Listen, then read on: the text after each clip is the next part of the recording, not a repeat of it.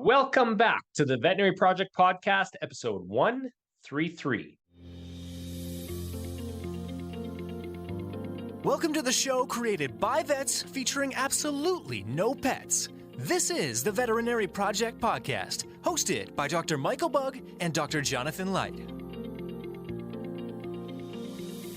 Our resident veterinarians have swapped out their stethoscopes in favor of microphones to bring you the Veterinary Project podcast, a show focused on real conversations, aimed to connect this amazing profession full of remarkable people. Through the sharing of collective stories and wisdom, and connecting over the many unique challenges we face, we invite you to join our community of veterinary professionals leading intentional lives. And now, here are the hosts of the Veterinary Project podcast, Dr. Michael Bugg and Dr. Jonathan Leicht. Welcome back to the Veterinary Project podcast. You are joined by Doctors Michael Bugg and Dr. Jonathan Leicht. Mike, how are you doing today? I'm doing well, Jonathan. I'm excited for our listeners. We did a rare restart where we haven't done like a restart in years. Normally it's just record, go, but we got a little too giggly there, so we had to start over. That's true. And you know what? We're coming into the summer season. We actually haven't had a chance to connect for a while, given how busy our lives are. And I almost put those into quotations because it's easy to make the excuse that you are busy if you're just tackling from task to task without getting anything done. I feel that in both your and mine's lives right now, it is true. We are busy. There is a lot happening. There is. I'm chuckling here. We've had a few conversations where you'll text me or I'll text you or however it goes. And then it'll just stop for like 2 days or something. And then we'll circle back and be like, hey, are you pissed off at me or what's going on? And it's like, no, just got swamped. Like, thanks for bumping this back up, and that's happened a few times where all of a sudden it's like we look and it's like, oh man, we set that down, which was supposed to be just like till I get back to my phone, and 3 days pass and we finally get back to it. So yeah, things have been hopping. So let's go through that really briefly. Things that are hopping, what's happening that's really taking up your time right now. And I can go through a couple and stuff that might be of interest to our listeners. Well, for me, it's largely real estate related. So we closed that 18 unit there probably a month ago. We have another 12-plex under contract that's going well. The reports are coming in, so that's going to be closing here soon. I am looking at, possibly launching kind of a fund, which would be to do larger deals, but there's a lot of legal prep work that has to happen in there. And then looking for more stuff, right? So I have weekly meetings where we're analyzing deals and whatnot. So that has taken up a lot, but that's excellent. I mean, that's my number one, revenue producing activity for me is the real estate world. Excellent. And I want to take that to the next step for many of our viewers that still won't understand what you're talking about when you say that closing deals, looking at potentially building a fund. What drives that forward, Mike? Is it the education that you've taken on the last few years that really allows you to get to know the people in the industry that you're comfortable then going to this place? And we were talking it recently on how many quote doors you have, but what drives it forward for you? Because there's vets that want to know that. There's people that want to know that. Yeah, I'm trying to understand the question. Are you meaning like what motivates me or what like? Got it. Yeah. What motivates you? Because really, we've been in the grind the last few weeks. You've been dealing with taxes and getting all your income statements, all the rest of it, net worth statements, all the rest. What motivates and keeps you going when the tough gets tough in real estate? I mean, for me, it always comes back to freedom. I know that's a big, possibly vague answer. I'll try to give you like some examples. So we went out to the cabin this weekend. So my parents have a cabin and, we go and hang out there and it was very nice, like beautiful, beautiful weather. And we were on the deck and it was Sunday and Rosalie like looks at me and was like, hey, should we stay? Like, do we want to stay another night? I know that seems super minor, but we have that choice, right? Like Monday doesn't have to start at 7 a.m. or 8 a.m. or 8:30 a.m. if we don't want it to. Now, with that said, I mean, there's things that still have to get done, right? I'm not saying, hey, I can take every day off for the rest of my life. No, but I do have freedom to move things around pretty last minute at will. And that affords us some cool opportunities. Like, for example, help at the house here. We have a nanny that's working with us. They called in sick today, so we've got both kids home. It's another beautiful day here. And I've got a few more tasks to tackle. And then somewhere around 3 p.m., we're probably going to duck out to the spray park. Yeah. Right. You're going to get a run in the middle of the afternoon on a Monday. Yeah. And it's like, for me, that stuff is worth a lot of dollars. Like if we had to put a dollar value to that, I don't know what that dollar value would be, but it's worth a lot, right? That I have that sort of agency over my life. So freedom is my like big answer, I would say. It's an amazing answer. Appreciate it. And that's really cool for lots of individuals that are looking for change in their life and or either restructuring what they really might enjoy now. Yeah. And I always feel like I have to like, caveat this here, because I go and I say something like that and listeners may take that and be like, oh, he's, living the dream. Like, you can take half days here and doesn't have to start on Monday morning. And it's like, that was the Instagram snapshot, right? If I had a social media team that was like, here, let's make a cool post that's going to get lots of likes, that's what they would post. Yeah. Then what actually happens is there is also a lot of days where we get the kids to bed and I come down to the office and I work till 2 a.m. because there's stuff that just has to get done. Or right? Even what your comment today, it's above 30 and you haven't been outside at all yet today. There's no lunch. There's no going to get coffee. There's doing the work you need. Yeah, that's where I can it sounds great to be like, hey, at 3, I'm going to go to the splash park. There's the sound bite. But you're right. The reality is no, we haven't stopped for lunch. We're recording. We have this tight window. We're we better get going. Right. And I just say that I'm not unique. Every listener listening to this, everyone working in the veterinary profession, there's more of that. I just don't ever want to give the false impression to people. Right. There's definitely lots of good that comes. And there's also, I don't want to say bad because it's not bad. It's just stuff that still has to get done. It's the reality of life. Yeah. So that kind of, it segues us into the next conversation, which is we're taking a break.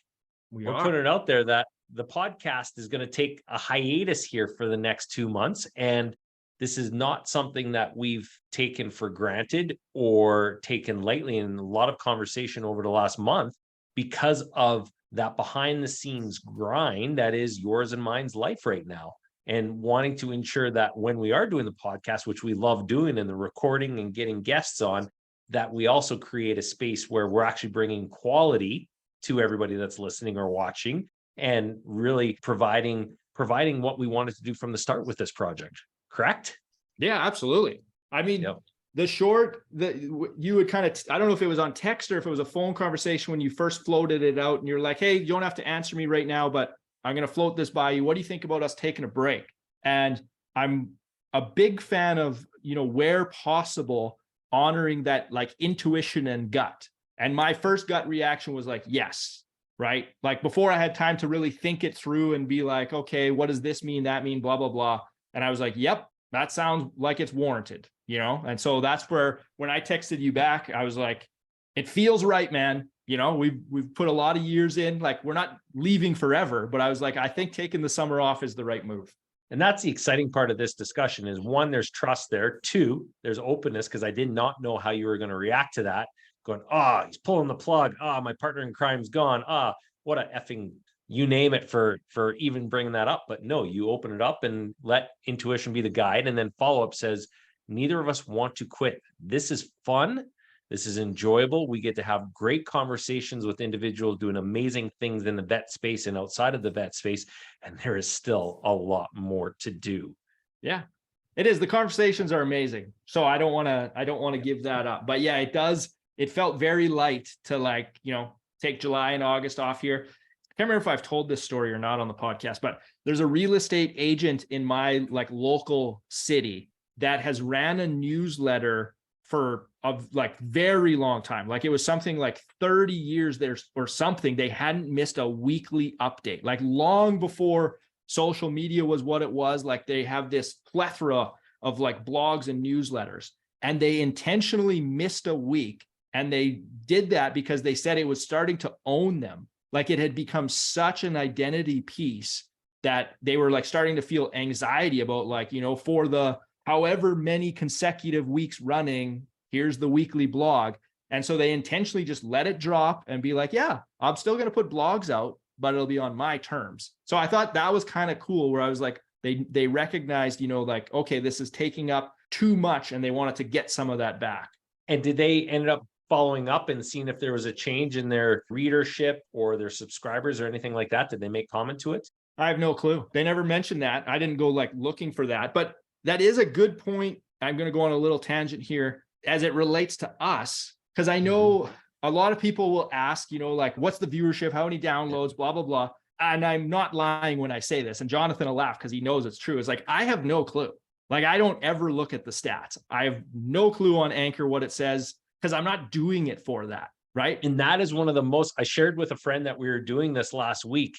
And that is one of the best parts of doing this podcast with you, as compared to many in the vet space that have come and gone and or have taken on sponsorship, etc. We tried that at one point. We were going to go down the sponsorship route and all the rest of it, but we didn't, both as a measure of, hey, we didn't get any sponsors at that time that really wanted to commit to what we were at.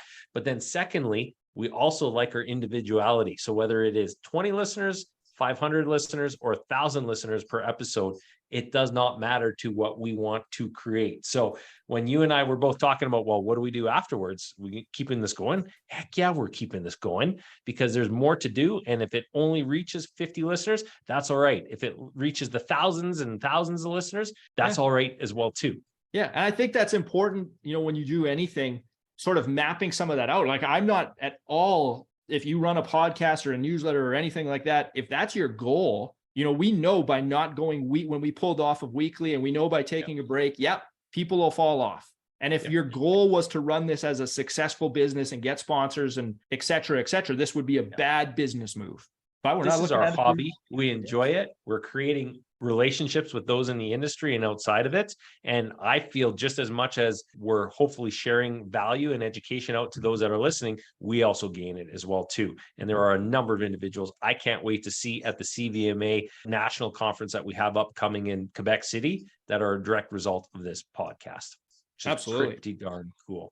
Okay. Well, and so I don't know how long we're going here. You're supposed to be running it. Here's me kind of taking over a little bit. We're going back and forth today. I don't feel like we need to justify it anymore. We're taking a break. Well, I don't know if you said it. We'll be back September 6th, the first Wednesday of September. By then, the new crop of veterinary students will be in and fresh start between now and then. So you mentioned CVMA. What do you all have on the go? Because I know you have lots of business ventures.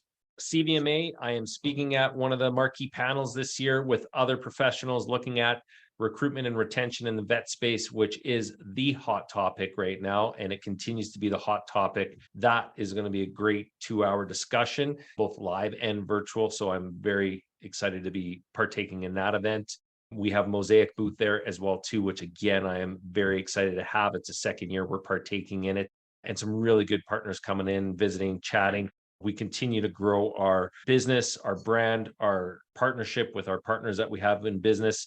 At the same time, Bridgeland here in Calgary continues to explode with an amazing team and working through all the nuances that is a growing business. We are definitely no longer a startup. We're ingrained now in the community, and it feels so good to be a part of that. And yeah, I'm just excited when it comes. I think I only have, a week and a half away this summer with my family, and we're going to put little weekends in when we can. But right now it's business grind time. And that to me is where I want to be. So all smiles. Yeah. I did, for our listeners, I tried to get more out of Jonathan before we hit record. I was like, hey, tell me, like, there's going to be 2 months here. Like, what can we update them on? And you gave me like the most lawyer answer I've ever heard in my life, where I just laughed at you and I said, you didn't say anything there. And you're like, I know, because I can't. And I was like, so on the Mosaic side, the punchline is he is doing stuff. We just don't get to hear about it. And that's all right. Sometimes that's the place you've got to be. No, that's fair. I'm not trying to weasel it out of you, but it is. I don't know what to think on the grind part, because I feel like we're both in grind mode.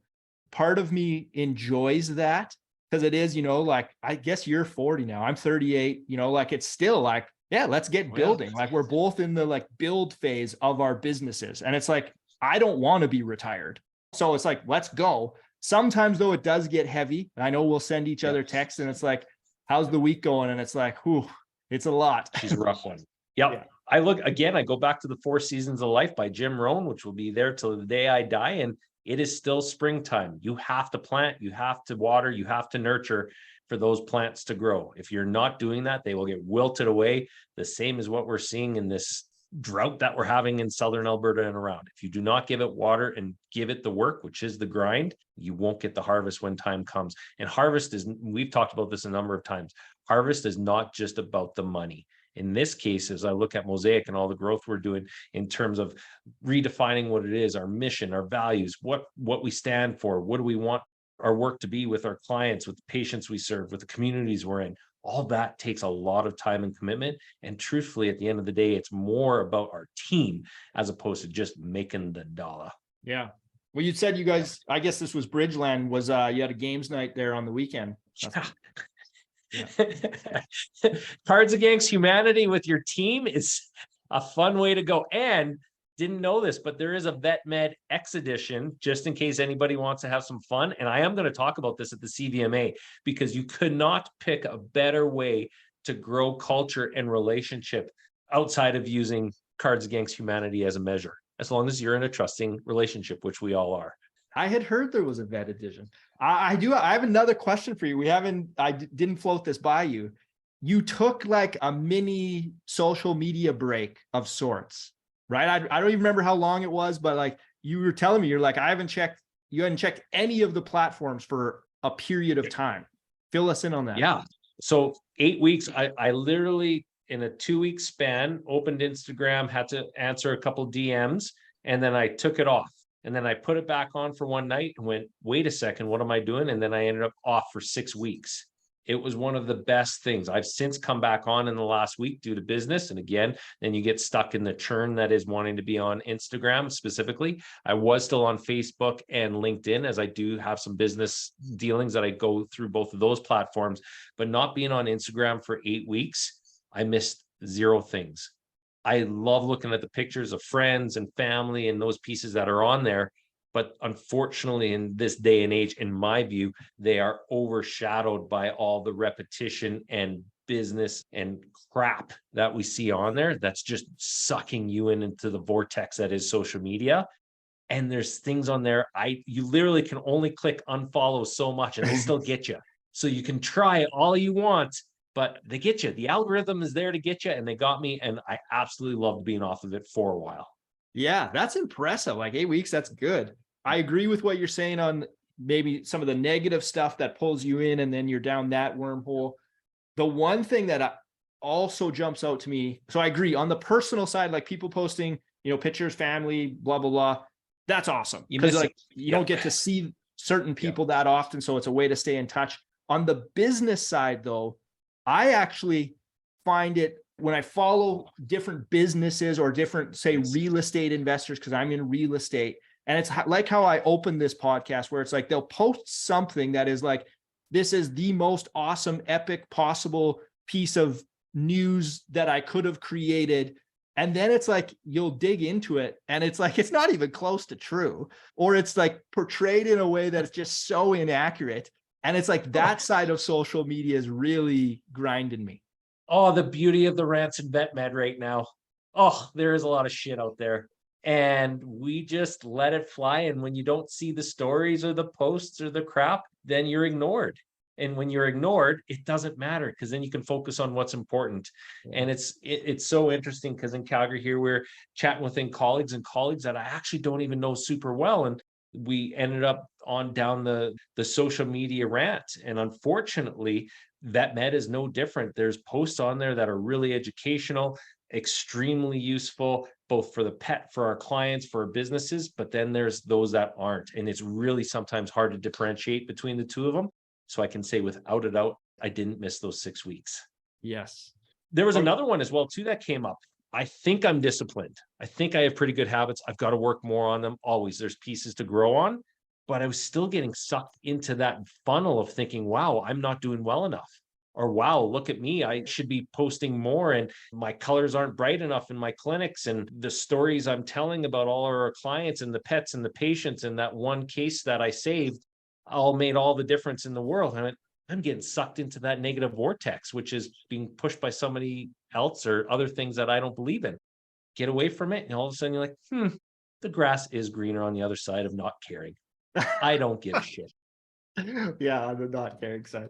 No, it's a tricky one. I mean, that's what I battle with my like personal accountability partner.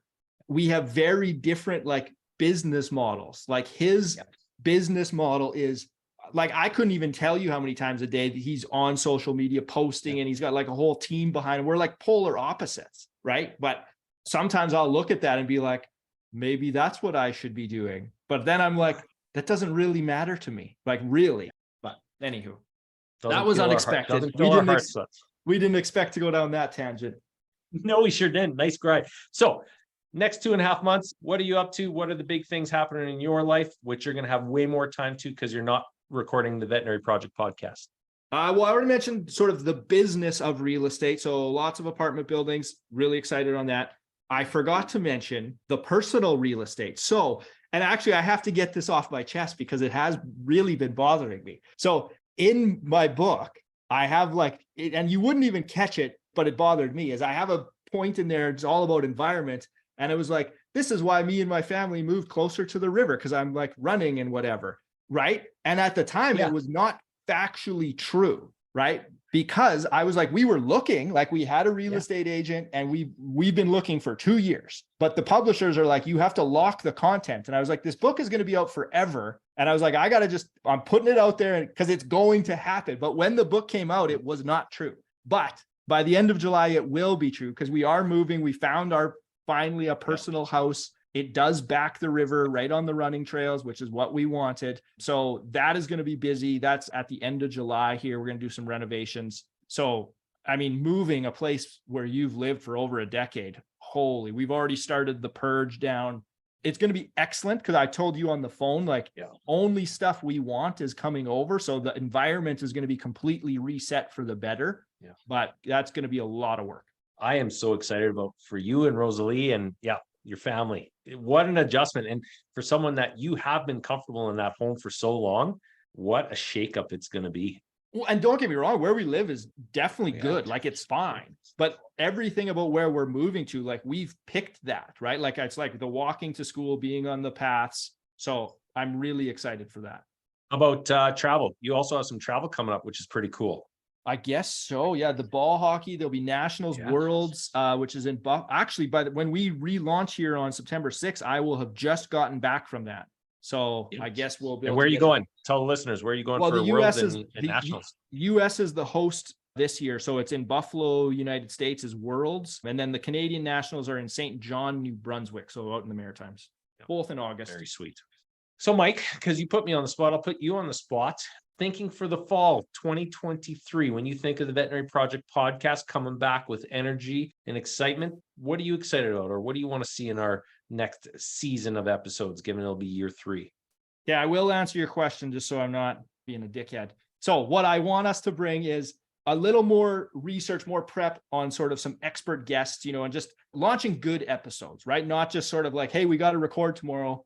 Okay, let's do it. So that's what I think is in store. But I'm going to tell you a quick story from my accountability mastermind group from today. So one of the dudes was down in Jackson Hole at a mastermind event. And so I've never been to Jackson Hole. Apparently it's pretty nice. And they were there and, it's small groups breaking off. And they said a lot of people started talking about the next event that in this mastermind group, right? So I'm part of Go Abundance and they have various events throughout the year. And so the guy shared with us on our Monday call here today, he said he was a little bit discouraged about that, because here everyone was at, this sort of epic location, this epic event, and they're talking about what's happening 6 months from now. And he said he was just like sitting there being like, I'm just pumped to be here today, right? Like, look at this place, look who we're surrounded with, this is awesome. And they were doing cool stuff. Like they were going on hikes, it wasn't just sitting in a hotel conference room. So my tongue-in-cheek answer to you is, I'm not thinking about what's happening on the Veterinary Project in the fall. I'm thinking, it's going to be a great summer. No. I'm going to the spray park in half an hour. And that's why you are the Dr. Bugg. Love the answer. So true. Have to be present in the moment is what I am hearing. And that moment for us right now is June 2023. We say September 6th, but maybe something will come up and we'll have another recording halfway through the summer. Little maybe surprise, impromptu message. Some surprise. That has happened in our world before. But until then, when that surprise arrives, thank you, everyone, for everybody who's listening, who's partaken, who provides comments, our Belgium friends over in Europe, because they're awesome. and everybody else who takes the time. It is so appreciated. We rarely ask for likes or subscriptions, and or to subscribe. We're not doing that today either. We just thank you. There is a lot of gratitude for the time and commitment that people have given, and for everybody that reaches out and shares comments. I had somebody last week that I was chatting with them and said, yeah, I really haven't listened to a couple, but I recognize your voice. I was like, that is awesome. I don't care if you've only listened to a couple. I'm pretty proud that you even know who the heck we are. So really appreciate it. Those are my final words. Mike, anything from you? No, you said it well. Enjoy the summer, everyone. Make lots of memories with your family and friends. All right. We'll see you on the flip side. Thank you for listening to the Veterinary Project Podcast. As a recap on behalf of our hosts, the Veterinary Project Podcast will be releasing new episodes weekly, so be sure to tune in as we bring you more conversations aimed at helping you enjoy a life well lived. If you enjoyed what you heard on the show and you want to stay in the know, please like, love, and or subscribe to the podcast on the listening platform of your choosing, as we're available on all the usual suspects. If you know of others that may benefit from these conversations, we'd love it if you please share the show with them, as this will help us grow our community to reach more and more veterinary professionals. Speaking of which, if you are a veterinary professional and would like to get connected with more like-minded individuals who are joining us on this journey, please send an email to the veterinaryprojectpodcast@gmail.com, and we'll invite you to be a part of our private Facebook group. General feedback, requests for information, or perhaps requests to be a guest on the show can also be sent to the Veterinary Project Podcast @gmail.com. Dr. Michael Bugg and Dr. Jonathan Leicht, thank you for listening to the show, and we'll catch you again next week for another episode of the Veterinary Project Podcast. Bye for now.